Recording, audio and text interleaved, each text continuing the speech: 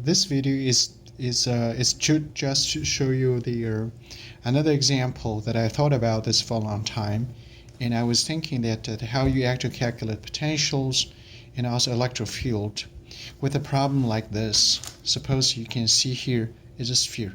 This is in our textbook. It's page 66, and this is a sphere which I'm talking about. And I want to show you how in the interval how we do the calculation like this R, strange R like this part, and how to get a Z's and how to get R's like these. And I will show you very systematically, but without to show you the final results, but I will show you the entire details how each component be calculated. The entire calculation is a little bit convoluted by all means. So it involves multiple steps, which is really related. So I'm going to start with the sheet of scratch paper, and I want to show you how this can be done.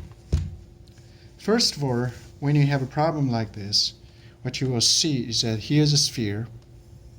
So this is the entire sphere that I have.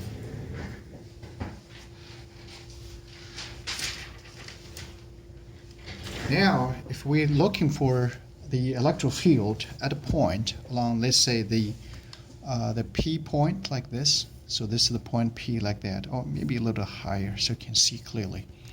And this particular point P, it must have these coordinates. So for the moment, let's just suppose the 0, 0, Z, like this is the coordinate that I have. Now, this particular coordinate, let me write it in the vector shape, which is called R.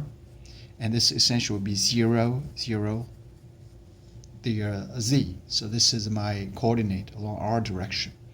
The R prime depends on what kind of situation we have. For this particular problem, which is on page 66, the real problems are actually on the page 65. So this is the problem which I'm talking about. Essentially, for an electric field at a distance Z from center of the spherical surface. Remember, this is the spherical surface, and it's when which carries the uniform charge density, and then treat Z less than R inside as well as Z larger than R outside.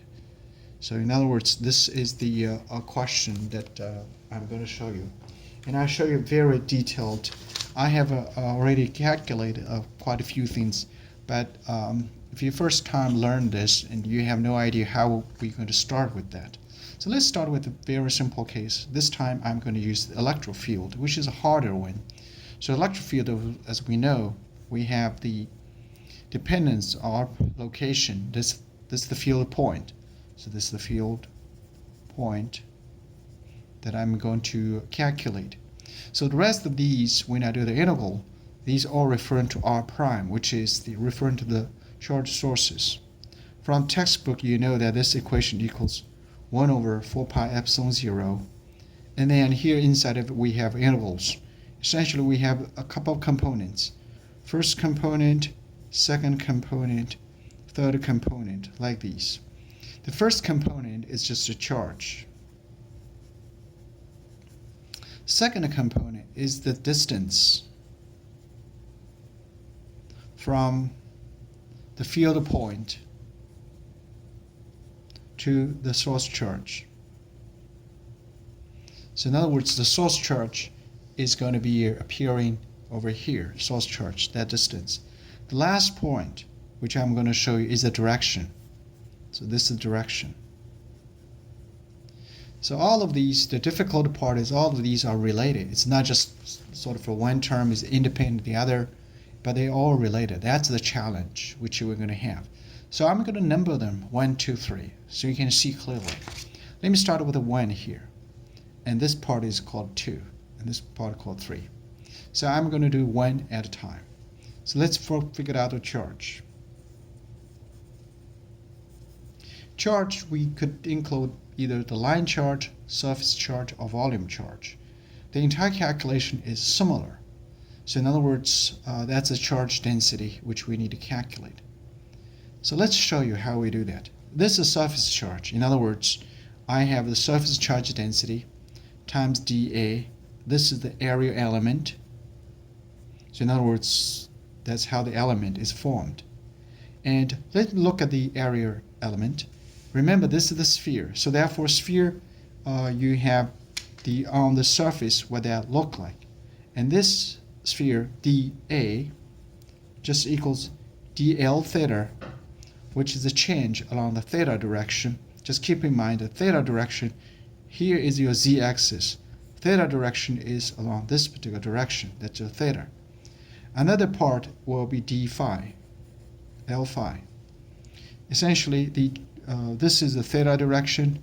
Phi direction is just like a cone in xy plane, which is perpendicular to this theta. So that's called phi direction. We'll write this down. So dl theta. dl theta is just r times d theta. So this part is your r. D theta, dl theta is just along this particular, that's the length. So this is the arc length. And then we also have dl phi. dl phi has to be very careful because it has two portions of that. Let me show you why that you need to be careful. Suppose I have a vector here. So point in this particular direction, let's call it A. The phi direction is starting from x-axis all the way to whatever they projected on that. So we need to draw a line over here. So you see the radius is no longer r anymore. So this is the real radius. And this radius is just r times sine theta. Because this angle, the theta, this must be theta. This is the hypotenuse you project onto the xy plane. So that's what will be r sine theta. So this is where you get that. So now let's write this down. So this is r sine theta. And then the arc length is a d phi, which is, that's why you get d phi over here.